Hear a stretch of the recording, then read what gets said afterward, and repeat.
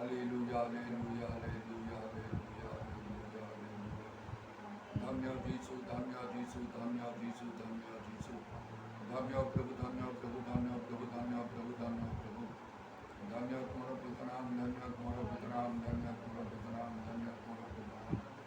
पूरा भद्रमणि करवश्य भरकर बंदल रवणि दार बंदल रवण करवश्य भर भर भर भर भर भर। Hallelujah, hallelujah, hallelujah, hallelujah, hallelujah. धन्य जीसु, धन्य जीसु, धन्य जीसु, धन्य जीसु। धन्य प्रभु, धन्य प्रभु, धन्य प्रभु, धन्य प्रभु, धन्य प्रभु। धन्य तुम्हारा पिता नाम, धन्य तुम्हारा पिता नाम, धन्य तुम्हारा पिता नाम, धन्य तुम्हारा पिता नाम। पूरा बंदल रवणि करवश्य भरकर बंदल रवणि दार बंदल रवण दर बंदल रवण। पूरा बंदल रवण दर बंदल रवणि बर बर बर बर बंदल रवण। तुम्हें महान महान महान महान महान महान महान महान महान महान। तुम्हें महान और सर्वशक्तिमान और परमेश्वर हालेलुया। तुम्हें जो जो से जो तुम्हारा परिवर्तन नहीं, तुम्हें कालिया जो चिरकाल समान। इधर वत प्रमाणि पूरा बंदल रवणि खारवश्य कर बंदल रवण दर बंदल रवण। पूरा बंदल रवणि बरी बरी बरी बरी बरी बरी बरी बरी बरी बरी बरी बरी बरी बरी बरी बरी। होली होली होली होली होली होली होली होली होली होली होली होली होली होली। ओ शन रवणि खाल रवणि कारवंदल रवणि कारवंदल। सो गौरव रक्रम जो परमेश्वर तुम्हारा पवित्र नाम और धन्यवाद धन्यवाद धन्यवाद। Holy lord holy lord holy lord holy lord holy lord. ओ शन रवणि खार व शकल रवणि कारवंदल रवण। तुम्हें आदि अंतर भविष्य को ख्योत प्रभु। तुम्हें आत्मरूपी परमेश्वर का हालेलुया हालेलुया हालेलुया। तुम्हें प्रेममय प्रभु, तुम्हें दयामय, तुम्हें क्षमामय, तुम्हें करुणामय। हालेलुया रक्षा का बा बा बा बा बा बा बा बा बा बा। जीसु नाम रे जीसु नाम रे जीसु नाम रे दया करो दया करो। আমাদের সমস্ত পাপ দোষ দুর্বলতা যত মার্জনা করো। লও যে সঙ্গে রক্তাক্ত ধূত পরিষ্কৃত পবিত্রিত অশুচিত মুক্তান্বিত করো। Hallelujah hallelujah hallelujah hallelujah. धन्य जीसु धन्य जीसु धन्य जीसु धन्य जीसु। हालेलुया शबरा काला रवानी खारा वत्रमना करावा। Praise the lord praise the lord praise the lord. सो गौरव रक्षम जे परमेश्वर तुम्हारा पवित्र नाम को धन्यवाद करूछु। आमान को दया करो। समस्त पाप दोष दुर्बलता जो मार्जना करो। Hallelujah hallelujah hallelujah. पवित्र आत्मा शक्ति अभिषेक प्रदान करो, ताहा ज्वाली विनष्ट करो। আমাদের সমস্ত মণ্ডলী তোমার সমস্ত মণ্ডলী প্রতি মধ্যে অনুগ্রহ কর। সেখানে সমস্ত বিশ্বস্ত ভাবে তোমরা সবাই কার্যরে লাগি রহতু। সর্বত্র সত্য উপাসনা হোক, তোমাদের শিক্ষা প্রচলিত হোক। তো বাক্য পরাক্রমরে বৃদ্ধি পাও, তার বাণী কার বর্ষা কার বন্দল রমা মা মা শক্র কার্য সাধিত হোক। যেগুলি প্রভু অনেক অনেকে মন পরিবর্তন করিবে, তোমাদের বিশ্বাস করিবা পরিত্রাণ প্রাপ্ত হবে। Hallelujah hallelujah hallelujah. धन्य जीसु धन्य जीसु धन्य जीसु। धन्य तुम्हारा पवित्र नाम। जीसु का नाम और जीसु का नाम रे दया करो। महात्मांतर कार्य बहुल भाव रे साधन करी आम दांतर पुरुष नूतनीकृत भगवान निष्ठा प्राप्त दया करो। सुंदर धन्यवाद प्रभु जीसु का नाम रे प्रार्थना।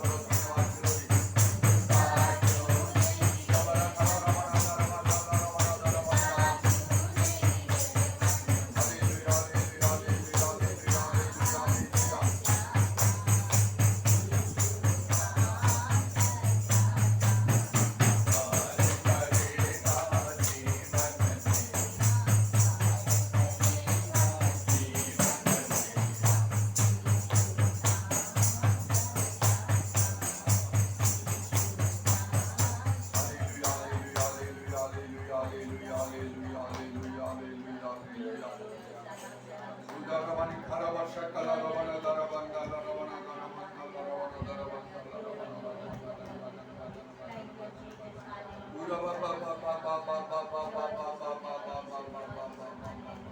Uravanda Laravani Karavasha Kalavana Karavana Karavanda Laravana Daravanda Holy, holy, holy, holy, holy, holy, holy, holy, holy, holy, holy, holy, holy, holy, holy. Holy, holy, holy, holy, holy, holy, holy, holy, holy, holy, holy, holy, holy, holy, holy. Holy Lord, holy Lord, holy Lord, holy Lord, holy Lord, holy Lord, holy Lord. Shabara Kalaravani Bara Bara Bara Bara Bara Bara Bara Bara Bara Bara.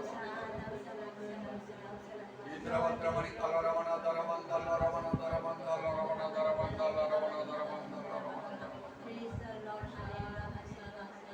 Holy, holy, holy, holy, holy, holy, holy, holy, holy. Holy, holy, holy, holy, holy, holy, holy, holy, holy, holy, holy. Holy, holy, holy, holy, holy, holy, holy, holy, holy, holy, holy, holy. Oh, Shabba ba ba ba ba ba ba ba ba ba ba ba ba ba ba ba ba ba. Shabba ba ba ba ba ba ba ba ba ba ba ba. Holy, holy, holy, holy, holy, holy, holy, holy, holy, holy, holy, holy, holy. Holy, holy, holy, holy, holy, holy, holy, holy, holy, holy, holy, holy, holy, holy. Holy, holy, holy, holy, holy, holy, holy, holy, holy, holy, holy, holy, holy. Holy, holy, holy, holy, holy, holy, holy, holy, holy, holy, holy, holy. Holy, holy, holy, holy, holy, holy, holy, holy, holy, holy, holy, holy. Holy, holy, holy, holy, holy, holy, holy, holy, holy, holy, holy, holy, holy, holy. Shabba ba ba ba ba ba ba ba ba ba ba ba ba ra ba ra ba ra ba ra ba ra ba ra ba ra. Shikalaramani Taramani Kalaramana Daramanda Daramanda. Holy, holy, holy, holy, holy, holy, holy, holy, holy, holy, holy, holy, holy. Hallelujah, hallelujah, hallelujah, hallelujah, hallelujah, hallelujah. Ura Shakamani Taramani Kalaramana Daramanda Daramana. Idaramani Kalaramana Daramanda Daramana Daramana Shakalaramana Daramana. Holy, holy, holy, holy, holy, holy, holy, holy, holy, holy, holy, holy, holy, holy, holy. Holy, holy, holy, holy, holy, holy, holy, holy, holy. Holy, holy, holy, holy, holy, holy, holy, holy, holy, holy, holy, holy, holy, holy, holy, holy, holy, holy, holy. Shabara Kalaravana Daravanda Daravana Daravanda Daravana.